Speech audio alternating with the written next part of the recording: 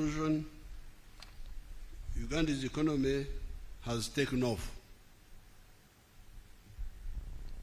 The economic fundamentals, and what are those fundamentals? GDP growth.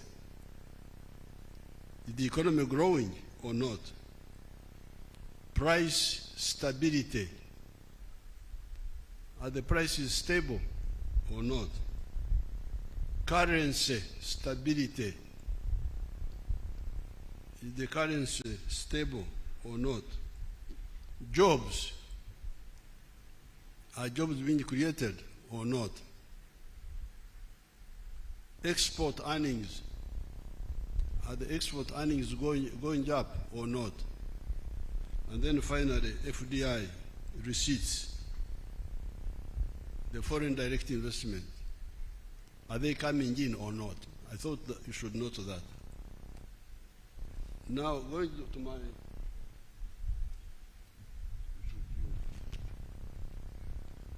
to my own speech. You remember last time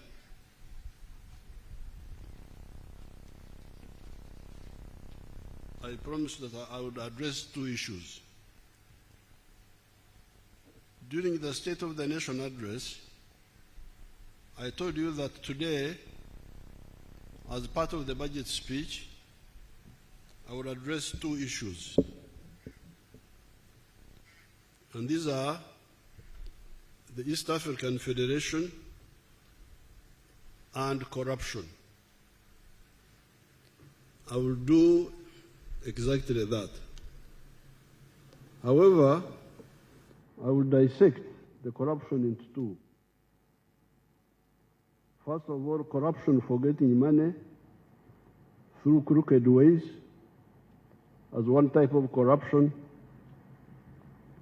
and political corruption through the use of money to get political support, not based on principles or policies. Politics is about principles and policies. That's what you should be telling the public to choose from. My policy is this, his policy is that, you the public, you choose.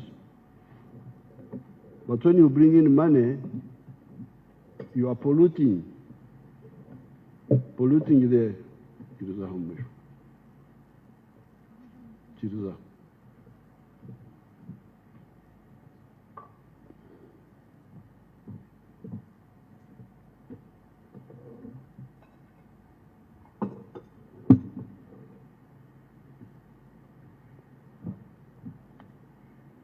Let me start with the more important question of the political federation of East Africa and possible other federations in other parts of Africa. This was a goal pursued by our ancestors, starting with the Pan-Africanist pioneers among the black people in the United States of America. These were W.B. Du Bois, George Padmore, Marcus Garvey, Sylvester Williams, and others. By the mid-1900s, new actors had come on the scene in the persons of Jomo Kenyatta, Kwame Nkrumah, Julius Nyerere, Sekou Toure of Guinea, Modibo Keita, and others.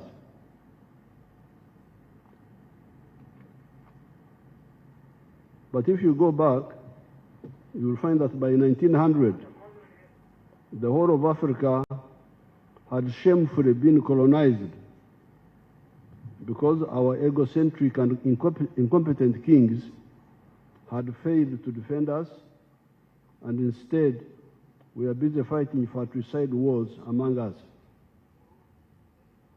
At that time, when we were colonized, the slogan for survival was, in quotes, uhuru na umoja, independence and unity. That's what we were saying.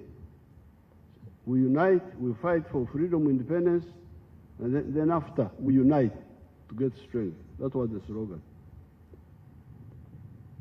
Starting with 1912, the Africans in South Africa took the initiative and started a new anti-colonial force, the African National Congress of South Africa. And you should know that even Mahatma Gandhi of India was also in India, in South Africa at this time, so he was part of this effort.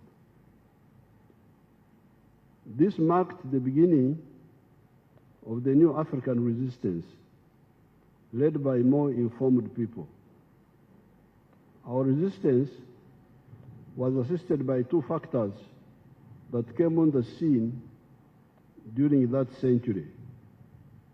These were, number one, the emergence of the socialist camps of nations in the form of the Soviet Union in 1917, China in 1949, and others. These huge countries were taken over by people who did not believe in colonialism. These were the communists. So this was a new factor. As we were fighting for our freedom, this new factor came on the scene. And the second factor were the fratricidal wars, fratricidal inter-imperialist wars of 1914 to 1918 and 1939 to 1945 among the imperialists. The imperialists were now fighting over us. Who will control which one? You know, those imperialists had divided us up, shared us like a cake because of our incompetent kings here. Came, sat in Berlin, this is for you, this is for you, this is for you. Then there was a new country called Germany, which had become united a short while before that. They wanted to start a war. So you are cheating us. We also want a share with the colonies. Then they said, please don't start a war, Bismarck, please. Let's give you some of the properties. You take Tanganyika, Rwanda, Burundi, Namibia, Cameroon, and so on. But by the end of the century, Germany was saying, you have cheated me. I also need more slaves. I need more colonies. That's how their wars started, fighting over us. These two factors, on the one hand, meant that the worldwide anti-colonial movement, including the African anti-colonial movement, could receive solidarity from those socialist countries. And on the other hand, the imperialist countries had weakened themselves in the process of their greed for world domination. So as they were fighting over us, fortunately they weakened themselves, which was good for us.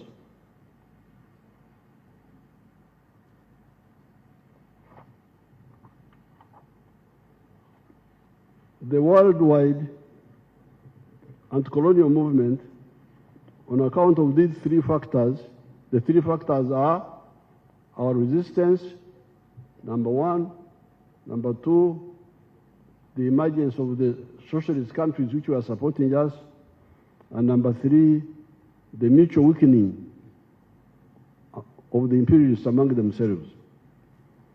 The worldwide anti-colonial movement, on account of these three factors, started scoring strategic victories with the independence of India in 1947, Indonesia in 1945, the defeat of the Kuomintang traitors in China, 1949, etc.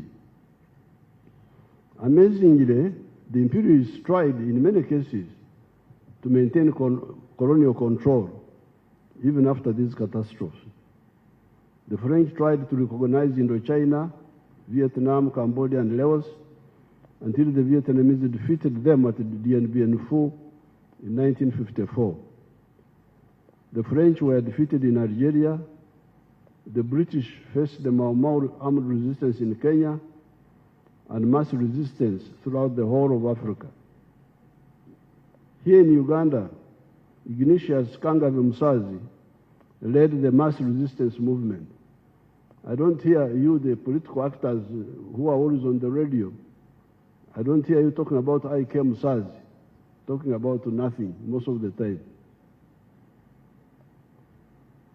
Musazi played a very big role in our struggle. On account of this resistance, but this is also the weakness of the NRM Secretariat. They should do more sensitization. On account of these resistance efforts, by 1963, 36 African countries had achieved independence, uhuru, so had achieved uhuru. It is these countries that founded the Organization of African Unity at Addis Ababa. There was, however, another almost 20 African countries that were still under colonial rule. The African Summit gave an ultimatum to the imperialists to give independence to the whole of Africa peacefully, or they would be ejected by force. People don't know this history. They just run around, but if you don't know this, you can make a lot of mistakes. So the OAU meeting in 1963 gave an ultimatum to the imperialists, said, get out of the whole of Africa peacefully, or we shall throw you out by force. The imperialists thought it was a mere hot air. They never paid heed. However, the Africans were serious and able to defeat the imperialists by force. Indeed, by 1974, Samora Machel had defeated the Portuguese army of 70,000 in Mozambique. Amílcar Cabral and his colleagues had defeated the Portuguese army in Guinea-Bissau. Agostinho Neto had defeated the Portuguese army in Angola. By 1980, Robert Mugabe and Zanla, their army, had defeated Ian Smith in Zimbabwe. 1990, Namibia got independence, and in 1994, the African majority defeated the white racists in South Africa. 5 centuries of Africa's shame of the slave trade and colonialism should have ended then. This is where we need to really examine ourselves, because we achieved victory both by peaceful method and by war. So what happened? What happened? When you hear people on the radio talking, just talk, empty talk. What happened? Why did we people? This is not fiction. It is history. We defeated the imperialists by peaceful means, but also by war. So what happened? Exactly what happened?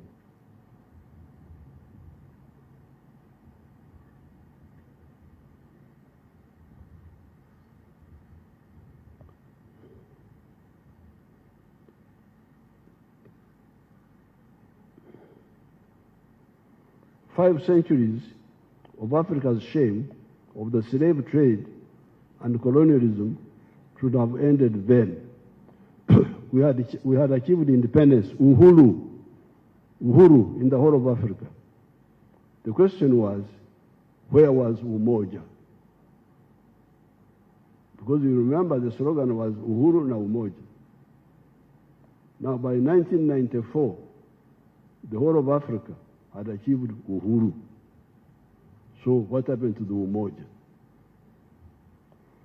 In the meantime, the question was, Where was umoja, unity? In the meantime, we who were participants in much of this time had to diagnose the problem. In that process, we established the 3 historical missions and the 4 ideological principles. To establish the missions and the principles, we would start with a question. Question number 1 was, do the Africans need, deserve, and are they entitled to prosperity like other peoples in the world, or are they not so entitled? That's the question we would ask.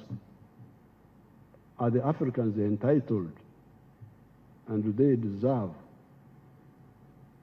prosperity like all the other people in the world? If the answer is yes, the next question would be, where does prosperity come from?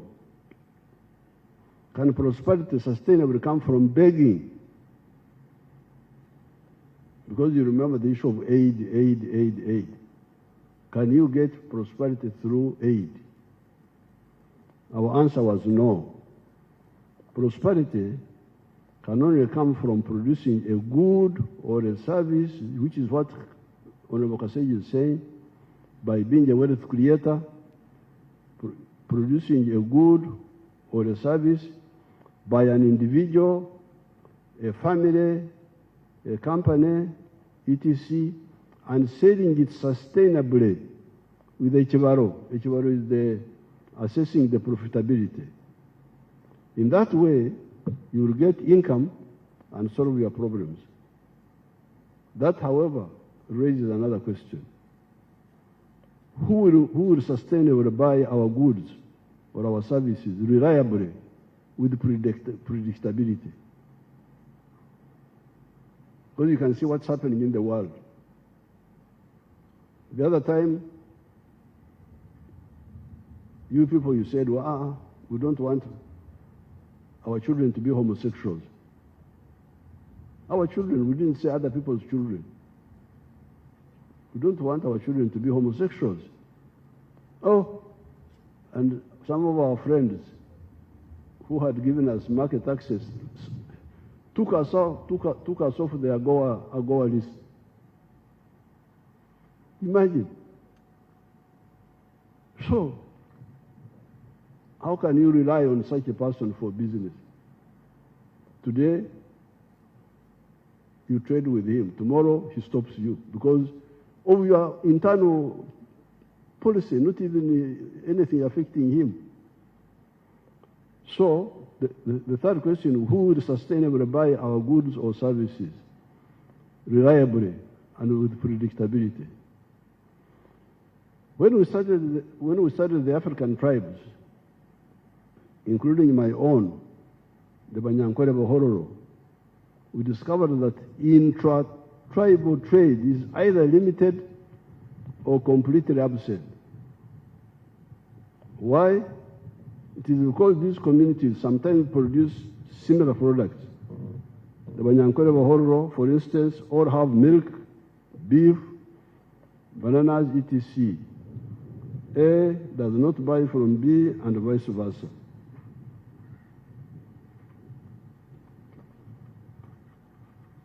Therefore, identity, being one tribe, does not necessarily solve the problem of prosperity. Happily, we discovered a ready solution, and this was Uganda, that multi-tribal unity, which was already there. You had the Banyankore Bahororo there, but you also had other people. Even in the colonial times of the small enclave economy, the business complementarities among the tribes were already coming up.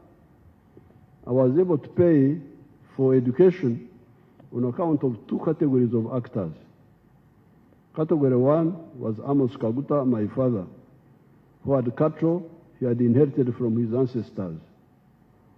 Hence, those cattle were Enshugi. Enshugi, the cattle of Jaja, inherited from ancestors. You could therefore sell some of them and pay my school fees. The problem, however, was that there was neither a single Munyankore Mhororo cattle trader at that time, nor was there a developed beef market in the area of Ntungamo. You know where Ntungamo is? You know where Ntungamo is, you people? You may not find it on the Uganda map. You may not find it. So Ntungamo, we had neither traders of cattle, nor did we have a meat market at that time. That is how the second category of rescuers came in. The people who rescued me to go to school. These were two Baganda, one of them called Warusimbi Mpanga, and another one called Buchenya. Buchenya, the Banyankole would call him Buchenya, but the Baganda would call him Bukenya. Now that of Buchenya has a grandson who is a big fellow now in the government. I think he's in the Equal Opportunities Commission. If that Munyankole Muganda is here, he can come and they see how Banyankole Baganda look like. Banyankole is the Baganda. Is that boy here? If he's here, let him come and they see him here.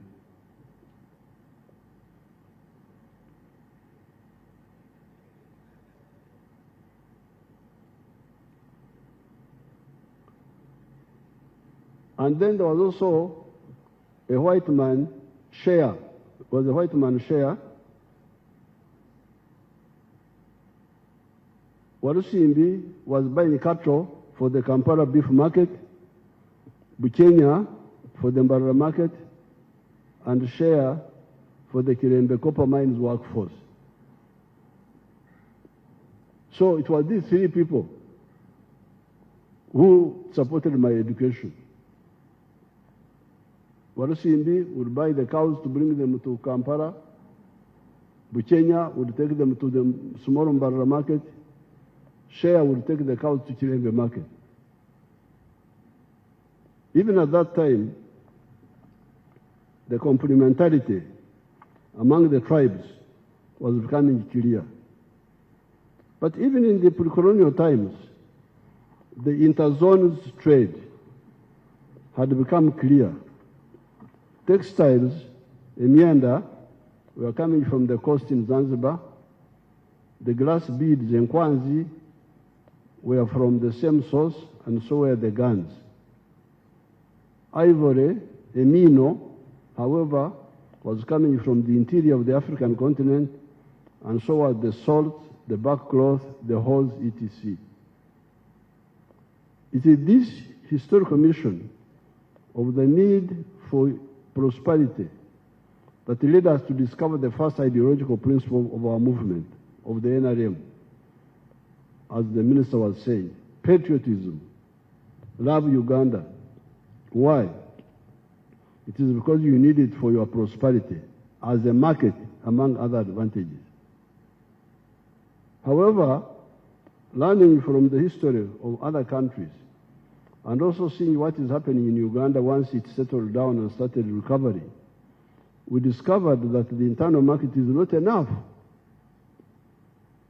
As we speak today, Uganda has got surplus of milk, maize, bananas, beef, sugar, cement, steel products of certain types, etc., as the minister was telling you here. Where do we sell all these? This is when the NRM asked the Ugandans the following questions. Number one, have you heard of East Africa? Because you are stuck with your products. Have you heard of East Africa? Because you are busy with the tribes.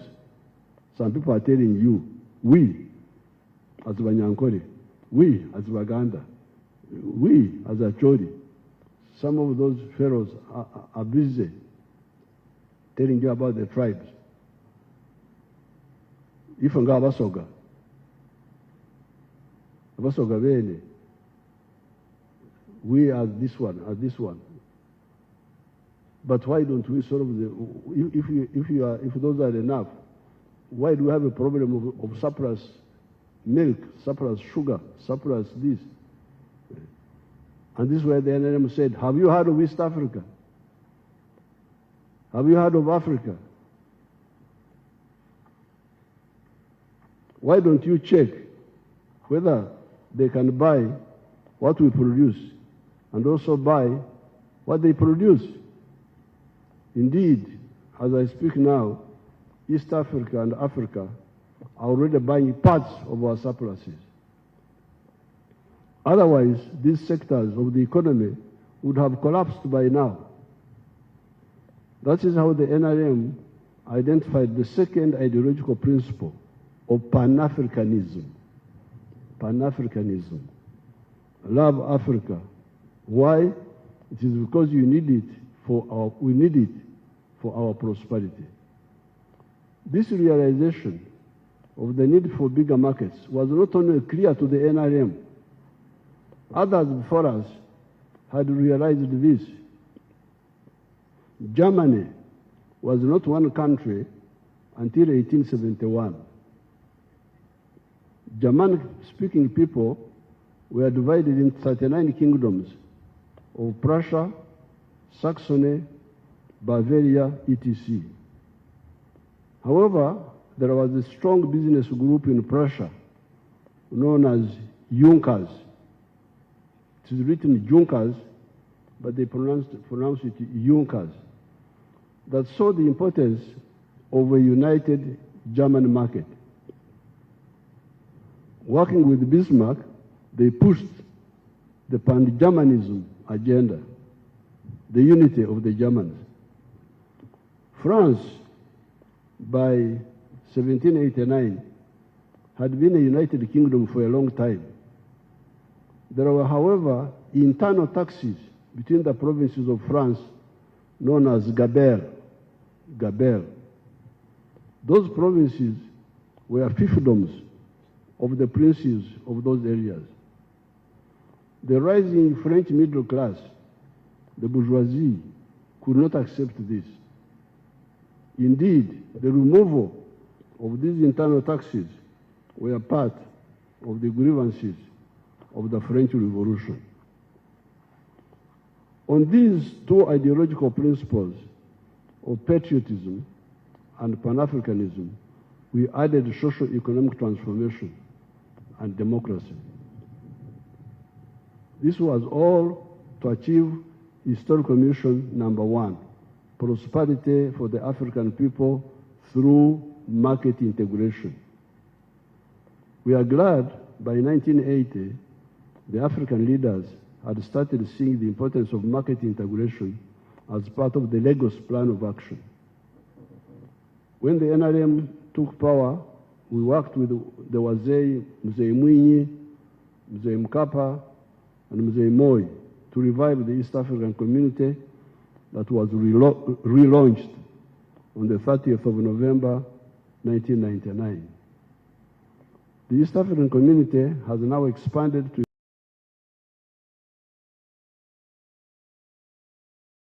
incorporate Rwanda, Burundi, DRC, and Somalia. In addition, we have got COMESA and the CFTA, the Continental Free Trade Area.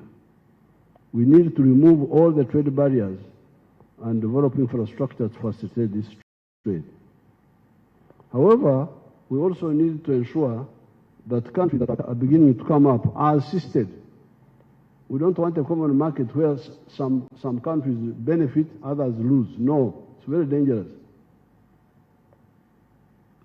The countries which are coming up must be assisted so that they also trade equitably. We should never allow trade imbalances among member states to persist. This market integration will address the historical mission of prosperity. However, we had also identified the second historical mission as that of strategic security. How can Africa ensure that never again would its people be threatened by anybody having gone through the 5 centuries of the slave trade, colonialism, and neo-colonialism. Economic integration, if it is fully implemented, will address the issue of prosperity. However, during the Second World War, the developed countries of Holland, Belgium, Denmark, France, Norway, etc., became victims of German aggression.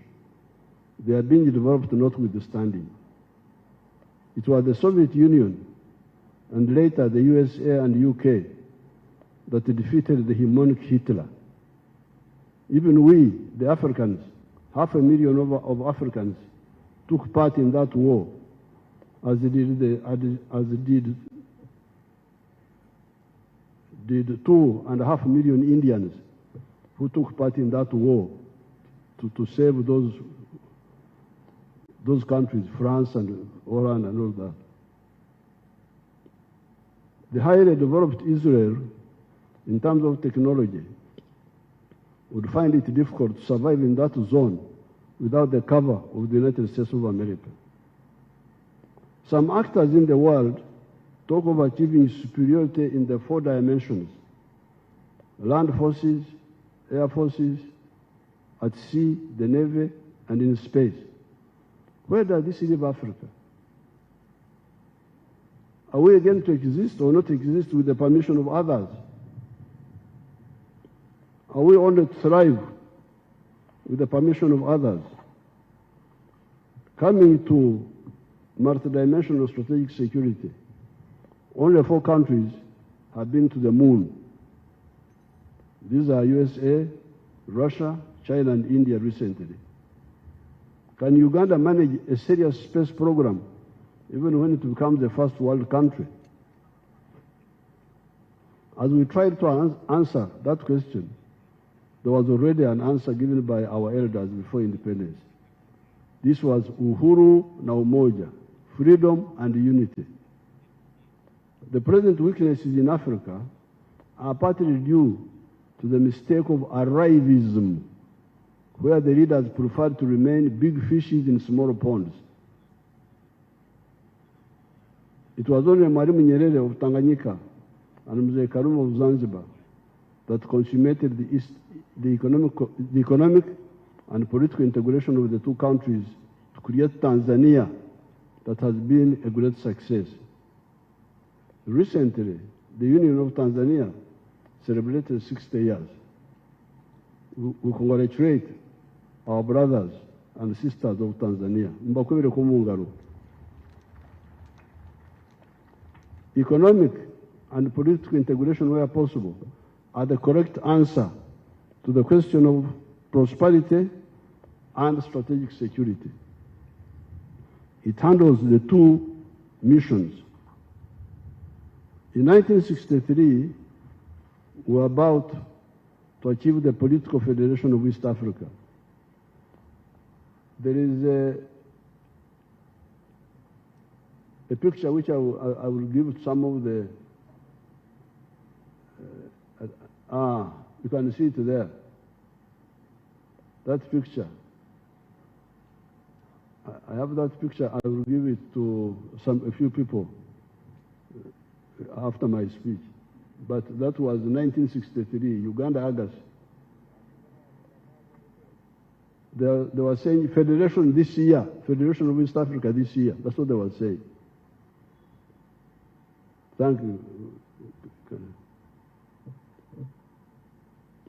You can see the declaration, that declaration by our leaders. However, along the way, some of them developed cold feet. That is why Mwalimu Nyerere and Mzee Karume must be hailed as some of the most devoted Africans that have ever lived. You can be sure that if that federation had taken off, so many of the problems that afflicted us could have been avoided. Certainly, Amin would never have taken power in Uganda. If that federation was there, Idi Amin would never have taken power in Uganda here.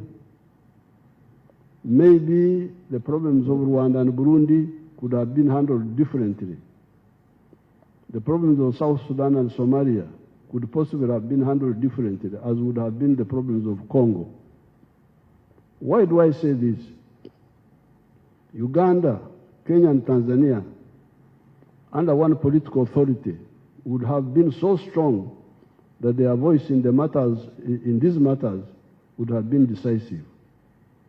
I remember, for instance, our leaders then took a stand on the issue of Congo in 1965. Soon, however, the states started taking divergent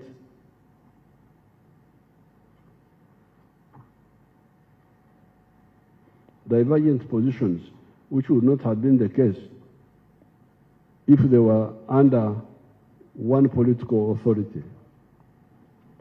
We must again salute Mwalimu Nyerere and Tanzania, because without the support of much of Africa, except for Zambia, Botswana, Algeria, Nasser's Egypt, and Guinea-Conakry, they were able to be a reliable rear base for the anti-colonial armed struggle that raged in Southern Africa from 1962 to 1994, when South Africa achieved freedom. It is a pity that after victory, we only got Uhuru, independence, and not Umoja, unity, especially political integration.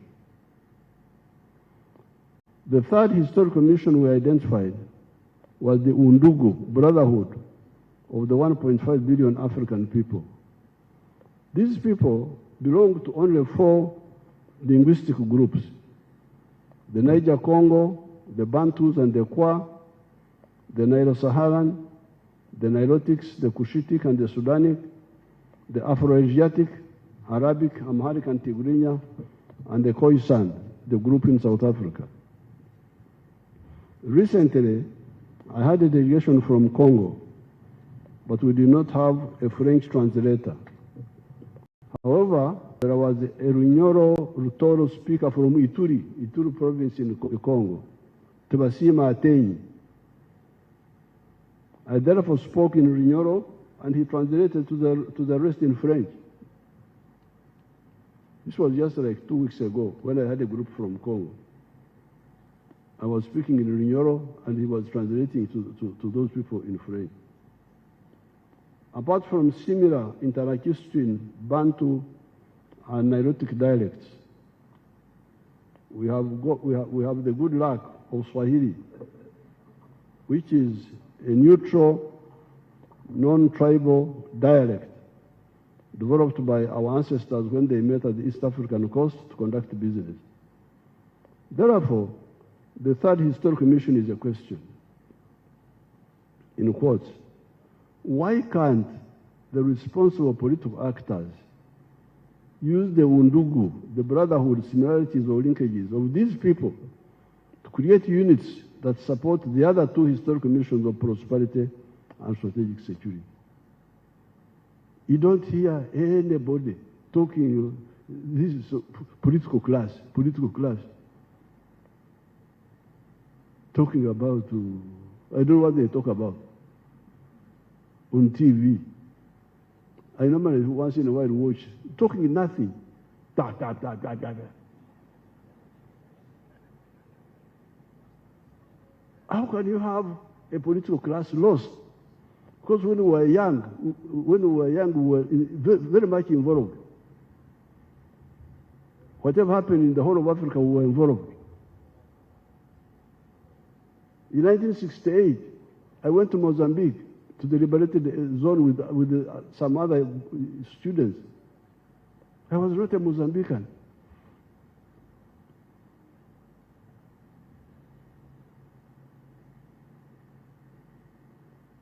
Baleka nga byewasande kukola, nibakola byetasaanidde kukola, n'amazima tegali mu bo.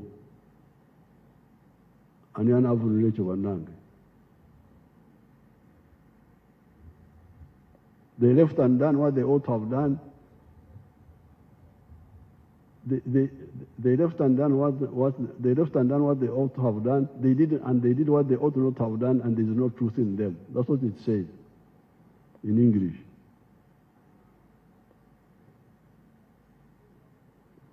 With these 3 historical missions and the 4 ideological principles, we were able to shape our strategy vis-à-vis Africa. The movement, when you talk of movement, you are talking about the 3 historical missions and 4 ideological principles. Not about me. You are not important. Elect me. Elect you for what? Because you are handsome, because you are what? What medicine do you have for us? What medicine do you have for us? We need a medicine for our problems.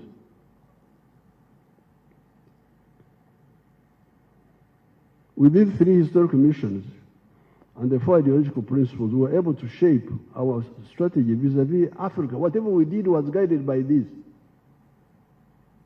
Why did we tactically work with Obote?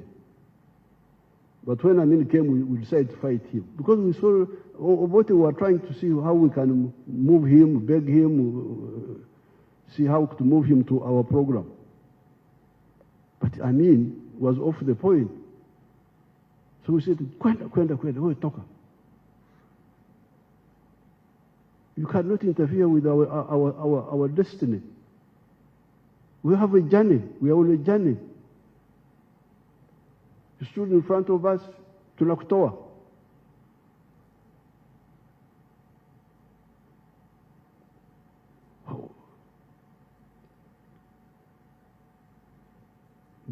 The strategy that we always commend, this strategy we always commend to our supporters, is to work for economic integration of the whole of Africa, so as to support prosperity of the African people, and support the additional political integration in the parts of Africa where it is feasible by creating political federations, such as the Political Federation of East Africa.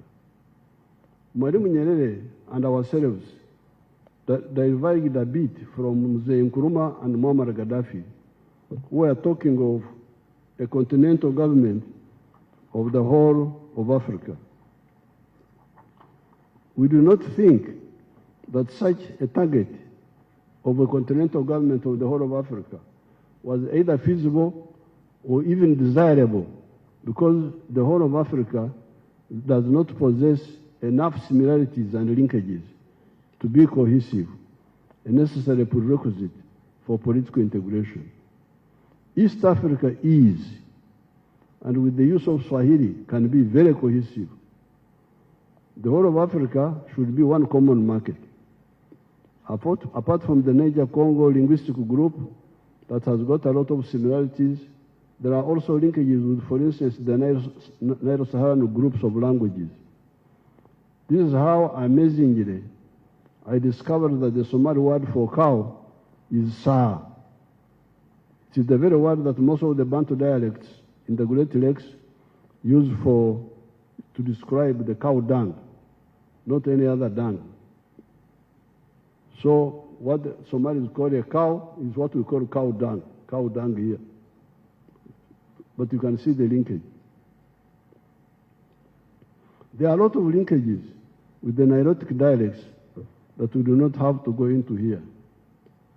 It is this belief in the 3 historical principles and 4 ideological, 3 historical missions and 4 ideological principles that enabled the student movement of the 1960s to metamorphose into the armed Fronasa that fought Amin and eventually the NRA-NRM. We rejected the sectarian politics of identity of religion, tribes, and gender chauvinism. By 1986, by the force of 20,000 NRA fighters, backed by millions of civilians that were only propelled by conviction, not by any mercenary interest. The majority of the NRA-UPDF have maintained this. That is why, between 1971 and 2021, the NRA-UPDF was fighting for no pay, or low pay. Owing to death of some of our supporters, from natural causes mainly, we started getting some corrupt elements, but a minority. These are a minority and are easy to identify and isolate. The spirit of voluntarism was also strong among the civilians. That is why the National Resistance Council, for instance, we are getting a low salary, but we are content. When we came to the Constituent Assembly, we improved the pay, knowing that it was a temporary parliament.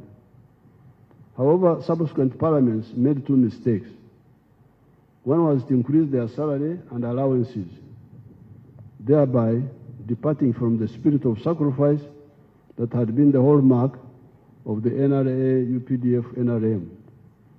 Secondly, a group known as YPA, Young Parliamentarians Association, opportunistically and for cheap popularity, started going around the country and conducting fundraising for some cheap popularity projects, such as schools, etc. I warned them, but they could not listen. I did not want to precipitate a crisis with them when we had problems of Rwanda, Congo, South Sudan, etc. This is, however, why I rejected the call to raise the pay of the president. I said the president will never get a high salary as long as I'm in government and as long as the economy is still growing. Comrades, it's now time to see how to correct these two mistakes. This is because it led the population to believe that the political leaders have a lot of money and must share it with the voters in the form of bribes and endless fundraisings. Although the MPs gave themselves a lot of money, it is not enough to meet these indisciplined demands for bribes and fundraisings. Hence, they end up with debts, and some have run from the constituencies. I hear some of them are IDPs.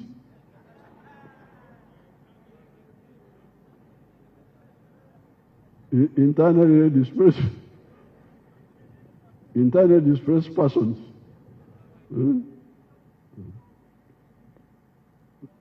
The government, through the budgets, is the one that can help the people to solve their problems. Programs like NADS, Operational Wealth Creation, PDM, Emyoga, etc., have already shown that they can liberate people from poverty. You can see it. You can see it. There's a man from Kamwenge.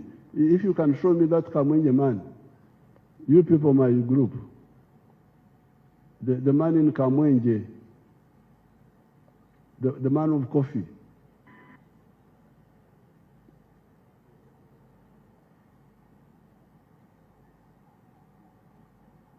The man of coffee.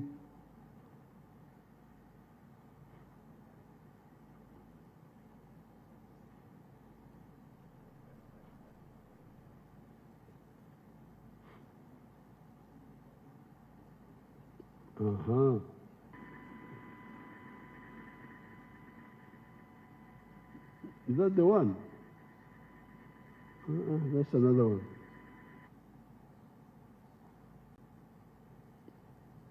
The one of Kamwenge was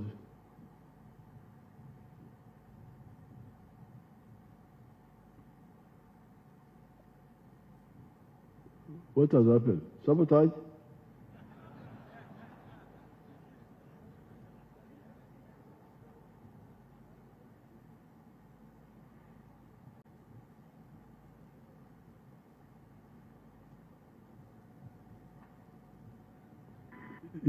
That one was interesting because he used NADS and get him, when you get him, put him,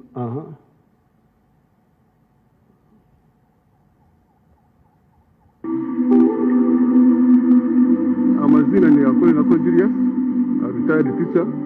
That's the one. Indi Kahunje Town Council, Rwenkuba Ward, Yamgonira Ser. Eji farmu ya Kolinako and Family Enterprises, Elia ha acres makumi atano. Hanu maziroho emyaka mingi iri kuyenga makumi ashatu. Kuko mu gihe myaka makumi ashatu emyaka yo kubanza mingi nkandi umuhinji w'ibicori. Nkandi ntinya cyo w'ibicori bingi munonga. Kuko kuna ukutandika no His Excellency ya ari na PMA Plan for Modernization of Agriculture. Nibwo natandika kukunda ideas ize. Then of recent kwa jero mu 4-acre model. Then nibwo natebrenti tinka guma mu bicori. Aboko mu bicori nkampinga acres and acres. Mu hamuherwa byona ishanga nyire mu katani kayishatu ukuziguza ishanga nyine mu ka millionemu. The important thing is that this man moved into coffee and all those things. When we were with the NADS, PMA, there was something we were calling PMA, Plan for Modernization of Agriculture, which was like NADS. Then he started growing coffee. So what I'm saying here, the government, through the budgets, is the one that can help the people to solve their problems. Programs like NADS, Operational Wealth Creation, PDM, MYOGA, etc. have already shown that they can liberate people from poverty. The current coffee boom was on account of the government scientists who developed the improved clonal coffee, different from the old variety that the people in Museveni had abandoned for the dairy industry. Now, I had some people saying that they are the ones who developed coffee, and so I had some people claiming that. I didn't want to quarrel with them before telling them, but coffee and all these enterprises, that is the grandson of Buchenya. Zahari Uganda Bantu is half Muganda, half Munyankole. Bagambira Buchenya kuyagire mbara. Tell them in English. Thank you very much, Your Excellency, the President. My name is Serwaji Habib, a grandson of Kenya, a very close friend to His Excellency, the President. I am privileged, Your Excellency, that my grandparents migrated and found themselves in Mbarara. So for us, we are actually very more fluent in Unyankore more than Luganda, although I'm called Serwaji Habib. I thank Your Excellency for giving me an opportunity. Mbarara. Waffe Mbarara Katete. Bajaja wagenda yodi. Bajaja bagenda yo 17 era bakwata ettaka ddene nnyo. Nsanvu. Musanvu. 1970. No. This was in the 1950s. Yes, Antikati, Your Excellency, fetwabasanga, I mean, batuzalanga gye tuli. Ne bali balina ettaka ddene nnyo. No, you go and find out from your parents if they. Thank you, Your Excellency. Okay, again. Thank you very much. This was in the 50s. Your man agamba 70.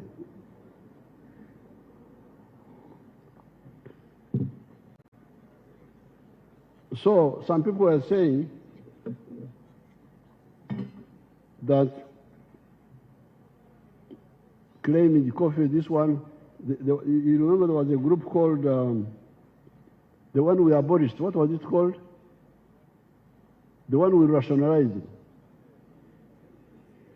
UCDA. UCDA. They were saying, oh, we are the ones who developed coffee. Coffee was saved by NRM, working with the scientists.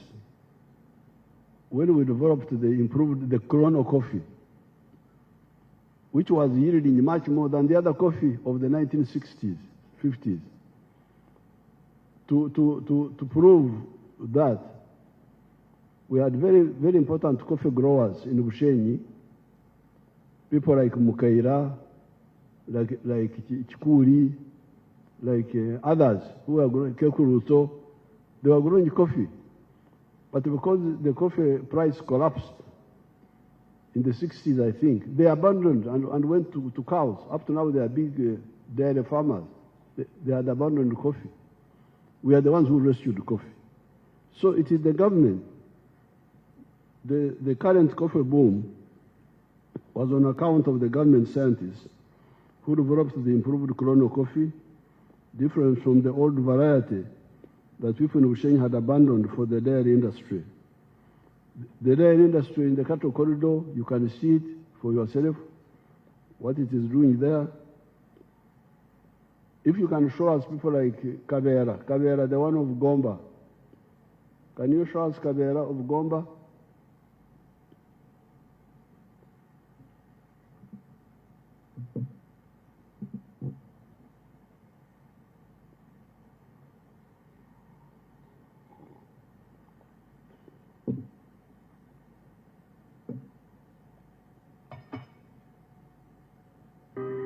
Okuva wano ku Gomba Next Generation Farm Institute era nga ye Gomba Next Generation Model Farm. Nze farm manager, farm eno yatandikibwa omwami Kalera Philip era nga yawangula empaka z'omulimi asinga 2 eziteekebwa Vision Group mu ggwanga lyonna. Farm eno yatandika omwaka gwa 2003 era nga ekigendererwa kyali kyakulaba tutya tuyinza okufuna mu byobulimi n'obulunzi. Twatandika nga tulunda ente ezaffe ennansi oba ze tuyita Enyankole paka mu mwaka gwa 2018 bwe twalaba nti ettaka lye twalina obunene bwalyo eka 405 amagoba ge twajjangamu otunulidde vali y'ettaka nga tegenkanankana na kapito oyo ali mu ttaka.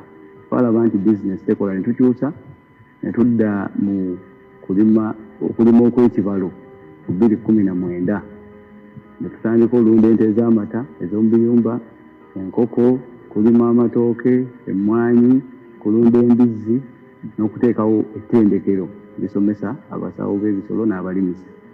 Twatandika ettendekero lino erya Gomba Next Generation Farm Institute okutendeka abavubuka.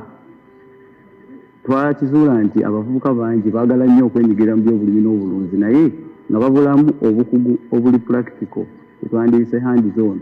Nti twakizuula nti abavubuka bangi bafuluma mu matendekero ag'ebyobulimi n'obulunzi naye nga balina theory mungi naye ng'okukwatako okukola faama kikyayagala oba yekenyi kyayagala okwekolera nga tebakimanyi. Ekitufuula ab'enjawulo nti abaana baffe tubayigiriza nga bakolera ddala ekyo okugeza nti okuwa ssente okuzijjanjaba kuba faamu eriko ente 5 tegeeza ente ezo zibamala okusomerako. Enkoko nazo we ziri nyingi zisukka mu mitwalo 2, embizzi, emmwanyi eka 5 nti omwana ono byonna abikolera ddala. Wano tuli mu nkoko ez'amagi ze bayita layers. Fenno wano tulina enkoko ezisoba mu mitwalo 2 mu kudda waggulu. Naye kansomesa omuntu wange addala nfubuka munnange oyo gwe baalyako ssente z'empitirivu nti yali asobola olunda enkoko ez'amagi 1000. Nti okuzimba ekiyumba eky'enkoko ez'amagi 1000 weetaaga wakati w'obukadde 3 ku 5 okusinziira ki ky'oyagala. Kati nga wano ewange nkozesa ssente entonotono ze twakozesa. Kati enkoko obukoko obuto okulya eddagala drinka neziriira ne mwezinywera okutuuka ku level wezibiikira emyezi 4 n'ekitundu ku myezi 5 weetaaga miliyoni 18 ku miliyoni 2. Lwaki?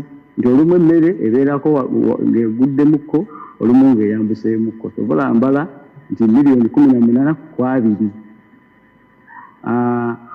Bwezituuka ku level eyo nga zitandise obiika kiba kitegeeza zisobola okwebeezaawo ate naawe ne zikubeezaawo. Kakati mu mbeera eyo nga zitandise okubiika tubala lunaku zirya kyenkana ki. Enkoko 1000 zirya buli nkoko erya grams 12 kitegeeza enkoko 1000 zirya kilo 12. Bw'ogenda obalaabalamu. He will take long, but that is now, you hear how he started this modern farming in 2019, and he's earning quite a lot of money. So the coffee, the dairy industry, the poultry, the Karangara palm oil project, these are projects pushed by the government that have transformed people's lives, not petty money from MPs for fundraising or bribes. So this is suicide for nothing. The voters need to know that these practices of bribes and fundraising are overthrowing the voters' power. The voters, you are overthrowing your own power by electing people because they have given you money. Because then you are power to elect leaders that will work with the central government to solve the problems of the voters, such as infrastructure, supervised wealth funds that are being stolen by the parish chiefs, etc. Do not accept petty money from politicians and throw away your power to elect a leader that can kwemerera. Kwemerera is the Runyankore word to supervise the money sent to you through the parish or to fight corruption in your area. Once we solve the problem of political corruption that has paralyzed the populist politicians, it will be easy to fight the corruption of the public servants. Why? It is because we have a reliable source for Okurega. Okurega is whistleblowing. These are the people, the victims of the corruption. The people who are the people who are deprived of these services, the population are the victims of the corruption. In the 1960s, we would go to the people. They had all the information. The big changes that are happening in Uganda are by the following actors. The National Resistance Army, UPDF, that liberated the country and has been ensuring peace ever since. The wealth creators in the 4 sectors of agriculture, manufacturing, services, and ICT. The government scientists that make innovations, and the responsible members of the political class that have been supporting the NRM programs. It is therefore not fair for some actors to spoil these successes. Some people say that they give bribes because Museveni is always giving the khaki envelope to members of the population. Do not draw water mixed with mud. Do not mix up issues. The brown envelopes I give are part of the ancient tradition here. It is called Okorongora. It is the king who does that to the singers or wrestlers, etc. President is the modern king.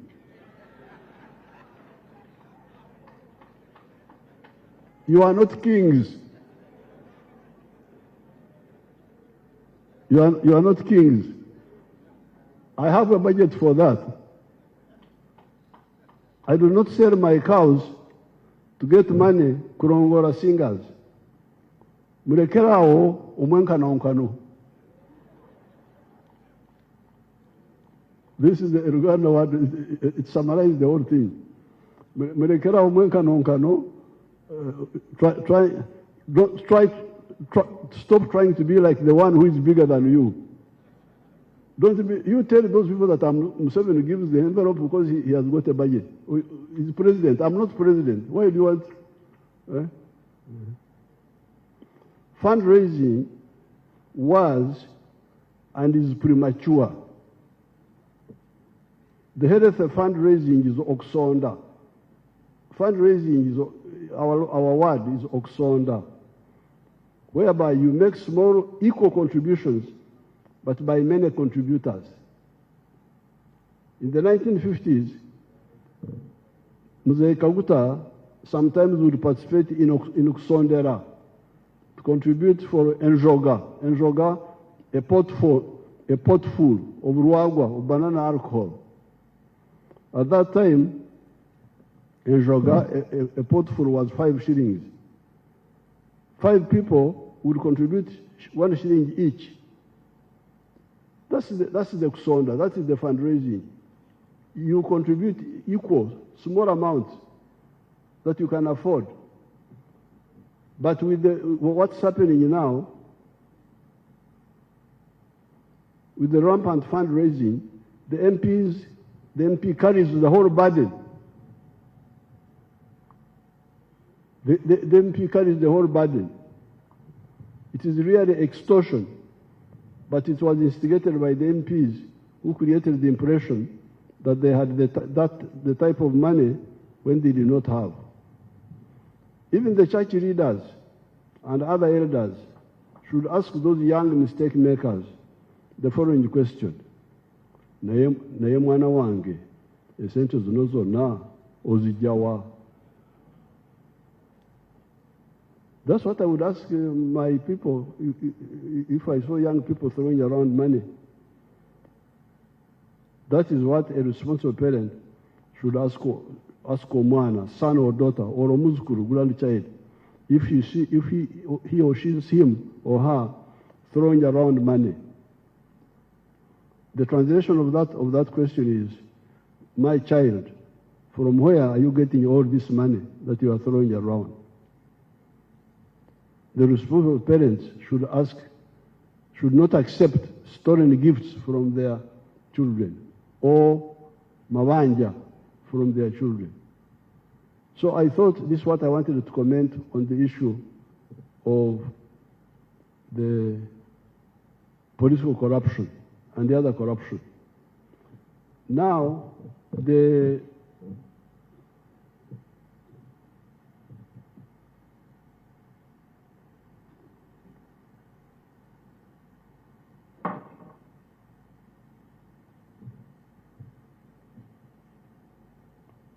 I'm getting information about Obtarondora not checking on government work.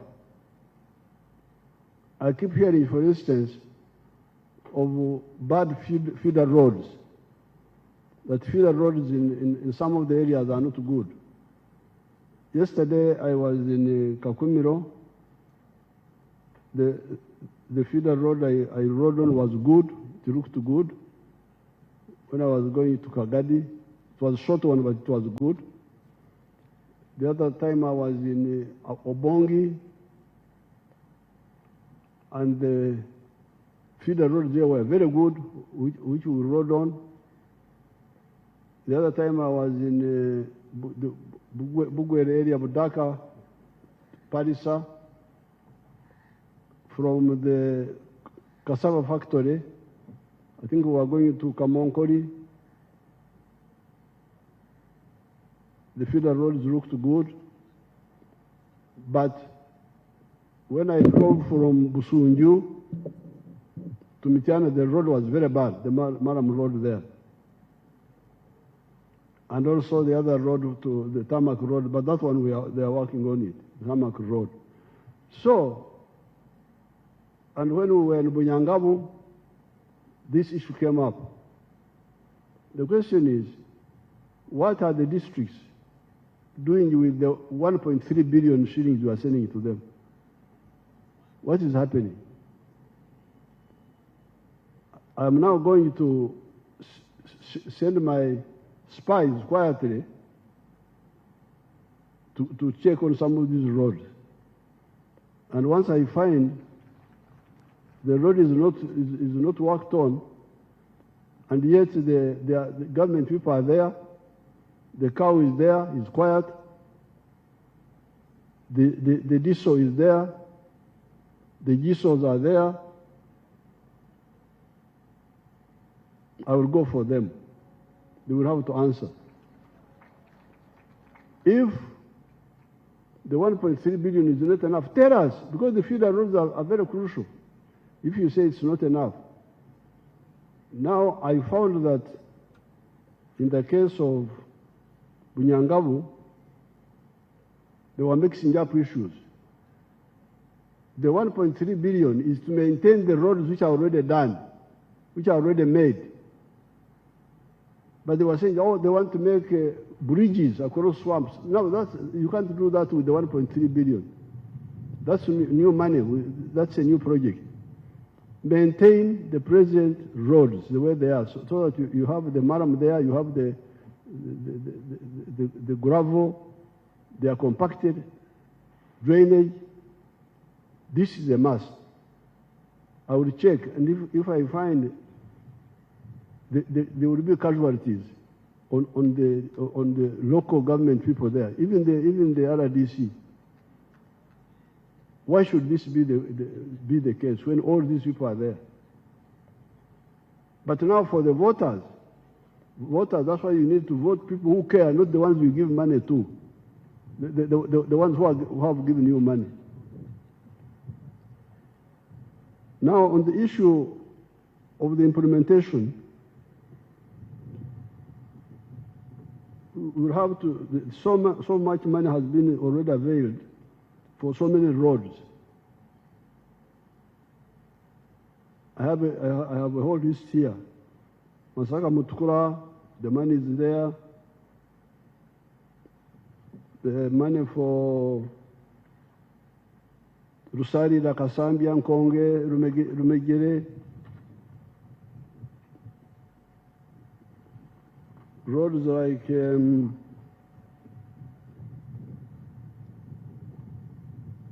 Moyo, Afoji, Katuna, Muko, Kamganguzi, Kumi, Ngora, Serere, Kagwara,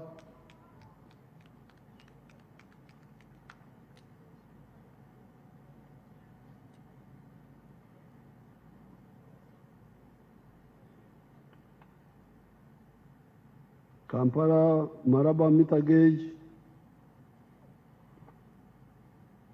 Chitugum, Chidepo,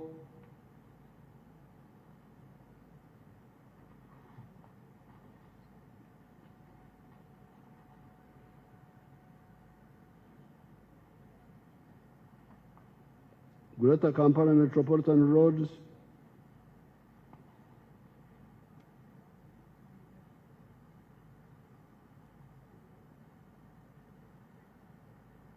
so the MPs should follow up this money which is already provided, because I have got a long list here of the money already provided, some of it from loans.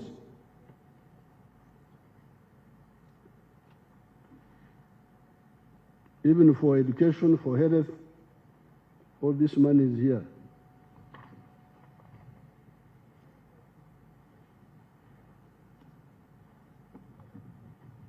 Now, finally,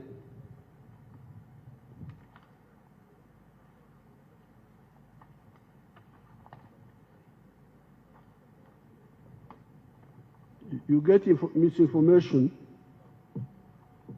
For instance, the other day I was in Viantonde, and some of the veterans of the NRA, of the Ruero veterans, were talking about some issues. And when I checked, we have already provided 218 billion shillings or something like that for the Casimo. And the Casimo was supposed to be 5 million for leaders each, and 1 million for supporters. Now, this money, 218 billion, has already, it's too much money. So what happened? Who took this money? And yet I heard some of them were complaining. You are going to dig up the whole thing. Then you get the cattle compensation, Teso, Lango, Achori, we have already spent 200 billion shillings on that. Who got this money? And we have now budgeted for another 80 billion. You had it being read here. So you, the leaders, follow up this money. Of course, I will also follow up now that I'm involved. Then you get things like the stadiums. Quite a bit of money has been sent to some of these stadiums. So the National Council of Sports needs to explain to us. I hear some money has gone for stadiums like Kachieka, like a number of them. To do that, to do this, some work. Others are going to be done massively, like Nakivubo and so on. So the Council of Sports should also explain, come and brief Mom about all this money.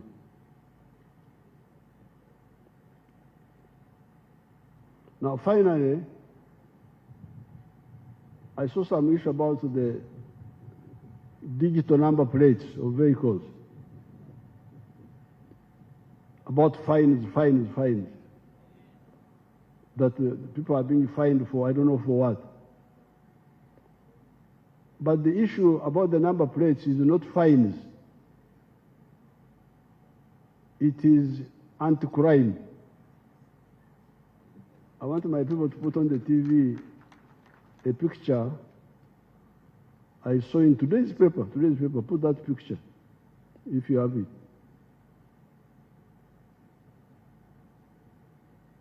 Today, you see that young man? 45 years, was killed on 10th of June, a few days ago. This one here, Geoffrey Wayengara. It was in today's paper. I cannot accept our Ugandans dying because of an incomplete infrastructure. You remember when I addressed you in Parliament, I think it was 2018, I told you about the cameras. You were here with your policemen, just there, and Amravie. That was all they were doing. And Amravie, the one who's going to kill people doesn't call witnesses to see him. So I said, please, let's go technical. Let's have cameras. Now, the cameras have helped us to handle a number of things. But the problem they have is that the number plates, these ones which are just, they are cooked. They just go and pick something and put it there. These are digitized number plates with a central command post. You touch it, the command post alarm goes off. This is the work of the digital number plates, not collecting fines and so on.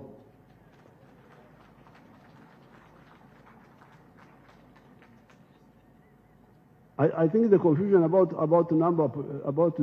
fines could be because we didn't have money, and we told these people to do the number plates, maybe recover the money from those who make mistakes, fines. I don't know, I think that's where the confusion started. But the issue is about the number plate is digitized. Every vehicle must have a digital number plate, traceable by the central machinery, central command, to know which pickies were in this area at this time, which cars were in this area. Because these number plates which are put on and put off, these are meaningless. This is the whole thing about the digital number plates. It's not about money, fines, what, no. It's about security. That boy now, such a young person killed, they're acting with impunity. This is what I cannot accept. Look at this one. Was killed here in Mkono, I think. Yes, killed. And then we must now go, the cameras, sometimes the cameras also, they cover their faces, it's not easy to know, the number plates are forged. No, this is the purpose of the digital number plate. It's about security, not money, fines, what, rubbish.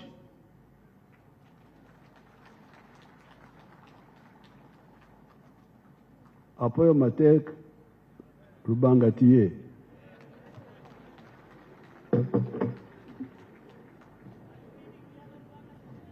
Thank you, Your Excellency, for the successful delivery of the budget and fulfilling your constitutional obligation. We reiterate our commitment as legislature to apply its mandate to the realization of the progressive intentions for the country and its citizens.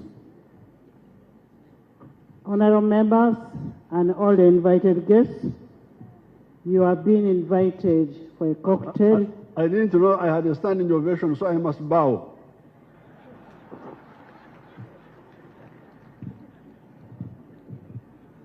You've been invited for a cocktail at Serena by Minister of Finance. Finance, thank you.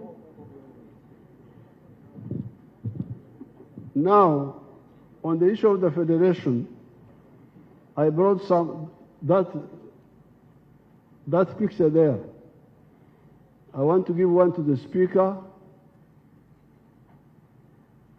Take it to her. I want to give another one to the leader of government, the Vice President, if she's here as the head of the government. Is she here? Give one to the Vice President.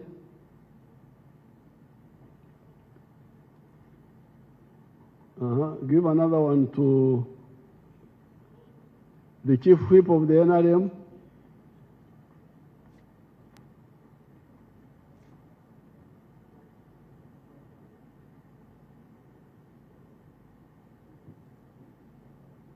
Give another one to the leader of the opposition. Have you heard of that person? Leader of the opposition. So that they can start talking about serious politics, not rubbish. Leader of opposition, where is he? Come and they give it to you. Come. That one there.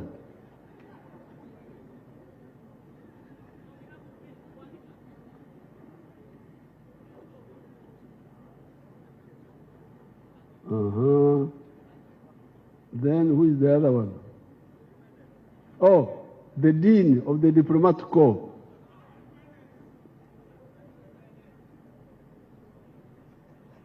The Dean of the Diplomatic Corps. Who is the Dean now?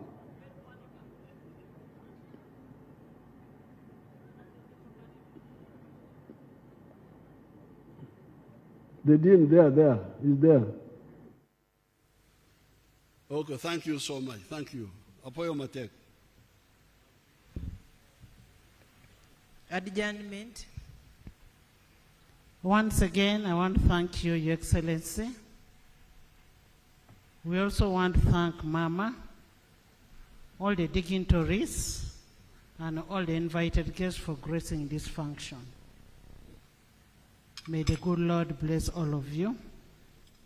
Honorable members, the House is adjourned sundown.